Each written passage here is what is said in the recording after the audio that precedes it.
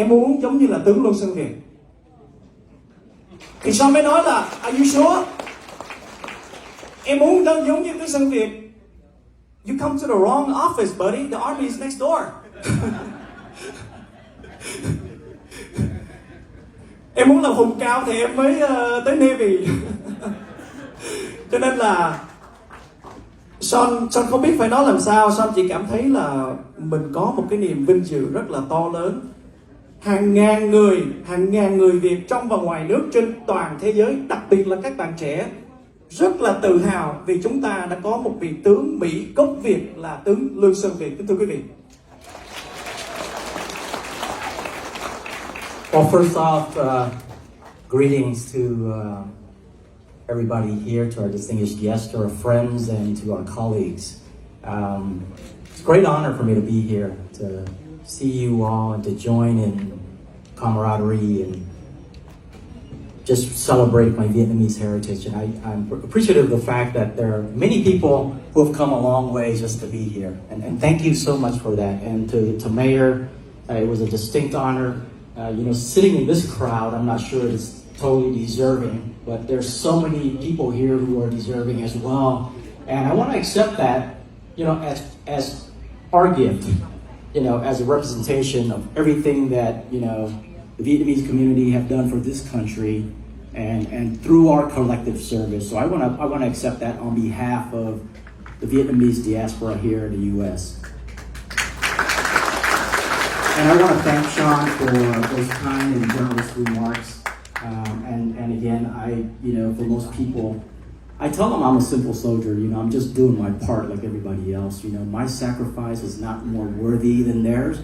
And there's just so many other people who have done so many things for our country. And so therefore, really thank you for, your sentiment and your sincerity. But with your permission, I would like to switch to speak in Vietnamese for the benefit of our elders because, I have a couple of things I want to share with them.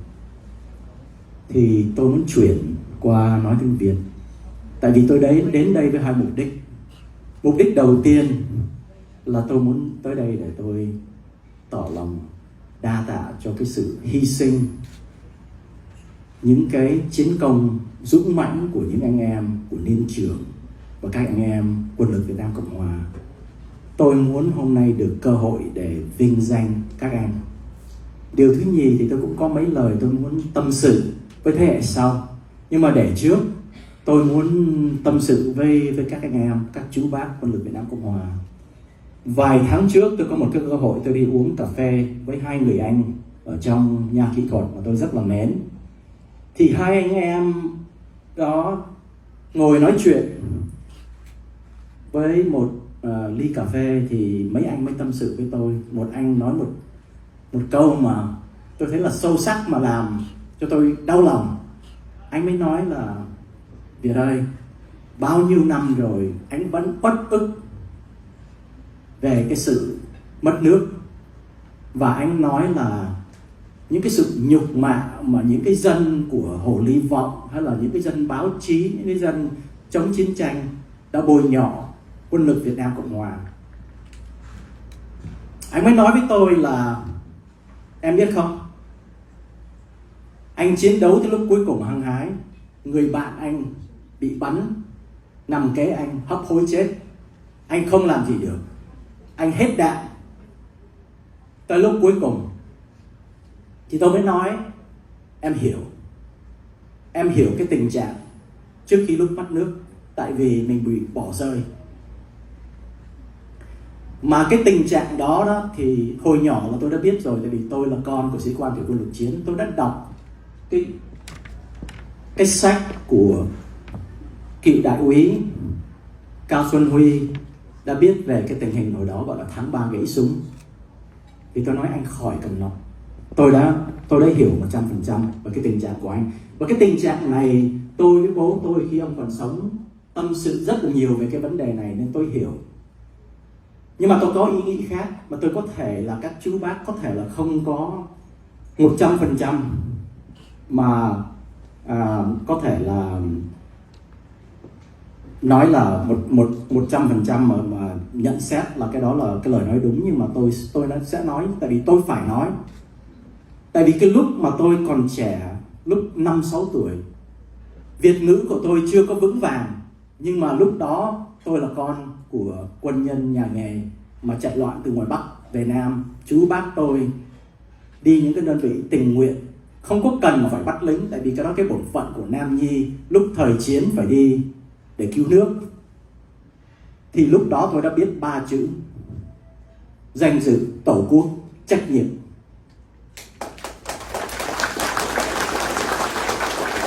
Dù nước mình đã mất, nhưng mà tổ quốc, nước mẹ vẫn còn đó. Dù là thay đổi bao nhiêu năm, nhưng mà nước vẫn còn đó.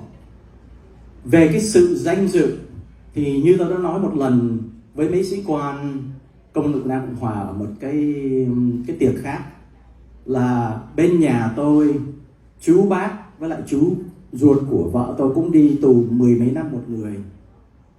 Nhưng mà dù thể xác không còn đó, dù thân tàn ma dại mà bị hành hạ tới nỗi gọi là không còn gì mà nói, vô lương tâm, nhưng khi mà ra tù là không có cải tạo, mà danh dự vẫn còn giữ nguyên đó. Tại vì không hề một người nào trong gia đình tôi hèn trước mặt giặc. Thì như là mấy anh em chú bác, không có cần mà phải tranh luận cái sự bôi nhọ của những cánh bên trái, hay là cái sự gọi là mỉa mai của những người khác. Tại vì danh dự mình vẫn còn 100%. Tại vì trong cái thế giới mà nó có thế giới mạng, thì dù là thiếu văn hóa hay là thất học gì cũng có thể lên mạng mà tự sưu tầm những cái điều đó. Những cái chiến công của tướng Lê Minh Đảo quần với lại 3-4 sư đoàn địch ở Xuân Lộc vẫn viết trên giấy, không xóa được. Những cái người tướng mà người tôi rất thương, cựu tướng, đại tướng Anthony Zinni, mà hồi đó là làm trong advisor, trong cố vấn trong cái viện Hoover Institution ở Stanford. Cái hồi ông là đại úy, ông là cố vấn cho một tiểu đoàn thủy quân lục chiến ở Việt Nam, bị 3-4 tiểu đoàn cộng sản quần ở ngoài mặt trận. Ông đánh sau cái trận đó, ông viết trên cái sách mà gọi là cái quyển sách tên là Battle Ready. Ông mới nói là lúc đó tôi mới biết được là người chiến sĩ Việt Nam Cộng Hòa mà người thủy quân lục chiến là một bộ binh thứ nhất ở thế giới. Thì từ một người tướng mà 4 sao mà bao nhiêu năm mới viết cái hồi ký mà nói như vậy, thì tôi không có cần mà tranh luận với ai bên phía kia mà ai là anh hùng, ai mất nước, ai cứu dân. Một điều nữa, đại tướng McCaffrey, cố vấn nhảy dù, là một người tôi rất thân, tại vì là cố vấn của một ông bác Bùi Đức Lạc bên tiểu đội trưởng nhảy dù. Thì ông McCaffrey, người con của ông là đại tá về hưu McCaffrey, một người bạn thân nhất của tôi trong binh chủng nhảy dù. Nhiều lần ông nói với tôi là binh chủng nhảy dù Việt Nam là một cái binh chủng tinh nhuệ nhất trên thế giới.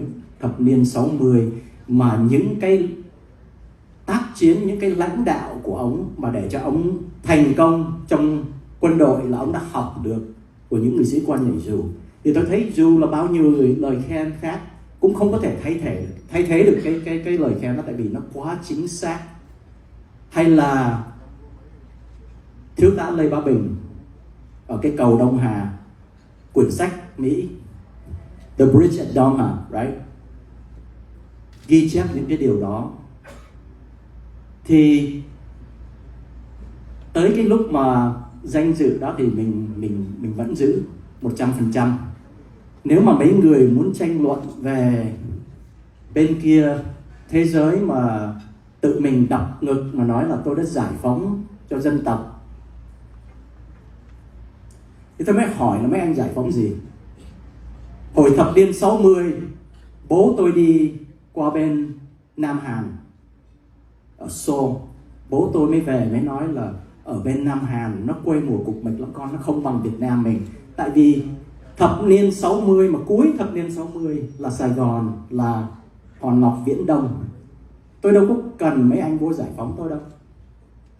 Mà bây giờ như là tôi nói ở trên không gian mạng thì ai cũng có thể sưu tầm được Đại Lộ Kinh Hoàng ai là người giết dân, binh chủng nào, binh phục như là mặc quân phục nào đã cứu dân. Mà khi mà dân chạy loạn á, thì dân chạy về phía nào? Không có cần mà có học cao mà có thể nói, có hiểu biết được cái sự đó, rất là dễ. Với lại một điều nữa mà tôi nói là có thể trái ý các chú bác, mà nếu mà có trái ý thì tôi cũng xin lỗi trước. Tại vì theo ý nghĩ của tôi là cái chữ thứ ba là cái chữ trách nhiệm, thì tôi nghĩ là mấy anh, mấy chú, mấy bác đã làm tròn trách nhiệm của mình. Tại vì đã chiến đấu tới lúc cùng, chiến đấu cho một cái ý tưởng tự do, và qua bên đây làm cực khổ bao nhiêu là để cho trong cái phòng này thôi là có bao nhiêu người thành công rực rỡ, thì không có cần nói chuyện về trách nhiệm, tại vì nó làm tròn bổn phận rồi. Mà mấy người bên kia thì người ta muốn tranh luận cái đó, thì tôi một điều rất là dễ coi mà rất là dễ hiểu là nếu mà muốn tranh luận cái điều đó thì bây giờ tôi đâu có kêu mấy anh giải phóng tôi đâu, mà giải phóng để tới đâu, để làm gì? Khỏi cần có học mới biết và được trân trọng vô một khối mà trong đó có Nga Xô, Trung Cộng, Venezuela, Cuba, Bắc Hàn. Nói tóm tắt lại được là để hân hạnh cho dân tộc vô một cái khối mà thế giới tự do văn minh ai cũng khinh bỉ hết. Thì giải phóng để làm gì? Tôi rất là hân hạnh là tôi đã được tự do, và dù tôi xa đất mẹ, tôi đã thành một công dân Mỹ mà như tất cả những anh em hậu duệ đây, mình đóng góp rất là nhiều. And again, thank you so much. I want to go ahead and switch to English, right? I'm not bipolar. I just happen to be, bilingual. But I do have a few words that I want to, express to our younger generation who may not have, complete understanding of the Vietnamese language. So I retired in October after 34 years of service, and a lot of people were just wondering, what kind of wisdom you have to share, or are you going to say something that's profound and what's important to me as a career soldier? And to much of their surprise, I said, the most important thing for me is family and the sacrifices of my family members to make me successful. Like many of you, we came here with nothing, right? We came here with $200, too much pride to go on, food stamps and aid, so we went to work. And my parents worked, the meat off their bones, working often double shifts. Two of my oldest sisters, they were already in college in Vietnam, very bright, probably could have gone to any of the Ivy League here, but had to go to the blue-collar workforce. They worked, really long hours, and when they came back and they couldn't produce what the owners wanted, they were crying all the time. And my dad's like, go to school, right? We will carry the burden. So, I don't feel sorry for them now. My oldest sister is a multimillionaire. My second sister is a PhD in computer science right here in the Dallas area. So don't forget about the sacrifices that got you here. And it's not just your parents, right?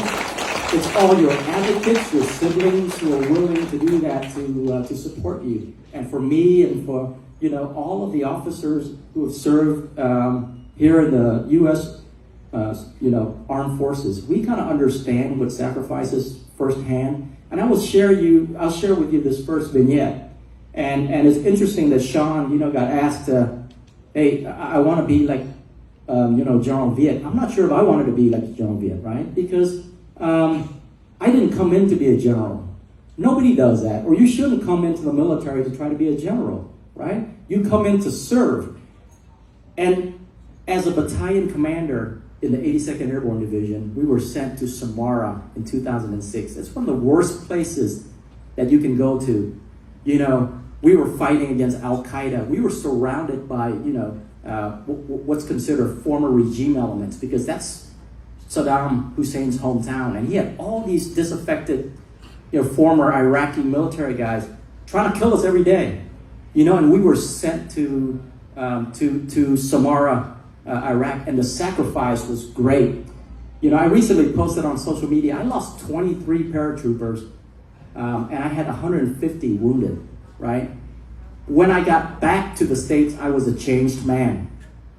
But I hadn't realized the impact on my wife, Kim, because she had gone to every single memorial we had.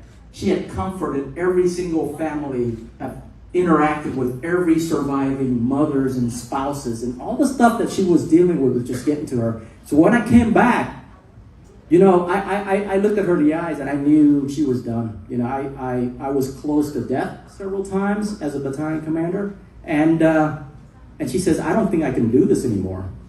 You know, and at that time, I only had 18 years. I didn't even have 20 years of service. So I said, hey, let me retire honorably. Let me do my 20 and then close out my career. And she says, okay, but you got to do it on some staff. And I say, okay, I will go to staff and close out my career in a dignified way. And all of a sudden, you know, a couple of weeks later, I get this call from my brigade commander, the 06 level colonel. And he says, report to my office. And usually it's something bad, you know, because I'm kind of a maverick when it comes to the 7 battalion commanders in my outfit. So I show up, and I thought I was going to get, you know, a butt chewing. And I went up there, and he goes, have a seat. He goes, hey, congratulations, you just been promoted to colonel. And I said, well, I didn't compete for colonel. I didn't take a picture. I didn't put in, you know, my packet and my awards. And they're like, well, it doesn't matter because the Army wants to promote you early. And I was really, really taken aback because that's not part of my plan. Maybe it's God's plan, not my plan, right? So I came back and we had one of the toughest conversations. And I remember telling Kim, I said, hey, let me do it one more time. I think I'm a good leader. The country's at war. I can't quit. And I think, you know, with my leadership and my experience, I think I can keep, you know, our men and women alive. And Kim didn't say anything. She turned towards the wall, but I knew she was crying. I put my name in for brigade command. I chose the best unit that I could have chosen, the 3rd Brigade of the 101st Airborne, the storied Rakkasan, a very famous unit. I put my name in for that. You know, there are hundreds of people competing. There were only 10 brigades, and I received my first choice, and it included a tour in Afghanistan. And I chose to do that, not to get promoted, but to serve our country. You know, and that's got to be the hand of God that had done that, because when I came back, you know, talking about family sacrifices, my kids, Justin, the youngest, he went to 4 high school in 4 years. My second son, or my oldest son, who was second, he went to 3 high schools. My daughter, Ashley, went to 3 different high schools in 3 years. And at that time, when I came back from Afghanistan, you know, we did really well, and we got a lot of accolades from different people. And when I came back from Afghanistan, because I had gone straight, literally, into brigade command from battalion command, I had not done the war college, which is mandatory for us to get promoted. But they made an exception. I didn't go and do that, and they're like, well, now you got to go to the war college. So I decided to compete for a national security fellowship at Stanford University, and I was accepted. But I remember Ashley was a junior in high school, my daughter, and she had started dating and finding out about boys and stuff like that, and, you know, have grown very close to a lot of her friends. And I remember looking at that 17-year-old kid, and I said, you know what? I said, Dad's going to be all right. I'm just going to retire. I don't have to go to Stanford. You know what? And I don't have to get promoted because I don't really care. And she looked at me and says, Dad, I want you to do it. This is a chance, you know, of a lifetime for you. You go and do it, and I'm going to be okay. And I chose to go to Stanford because of that. And subsequently, you know, I've had the opportunity to be promoted, you know, which I'm very grateful for. But there are a lot of people who have sacrificed along the way to allow me to do that. You know, Memorial Day is tomorrow, right? It's always, you know, for all of us, you guys know, a very somber occasion for us, you know. Our lives, my family, have completely changed Memorial Day weekend. We used to, when I was younger, I remember, you know, in high school, we lived in California. I used to go to the, you know, Pier 23 on Hermosa Beach and, you know, have a grand old time with my friends. We don't do that anymore. When I used to live in Virginia, we used to go to Section 60, right? That's where all my troopers are buried at Arlington Cemetery, to pay our respect. And I didn't expose the kids to that till later on, because they need to know the price of freedom and the spirit of sacrifice. So I always take them there. We don't barbecue anymore, and if you do, hey, look, that's what we fought for, right? More power to you. I don't, you know, I don't have an opinion on that. We just don't, you know, and I do want to take a moment to kind of tell you, out of the 23 paratroopers that I lost in Samara, just about a couple of them, right? I know all their stories, right?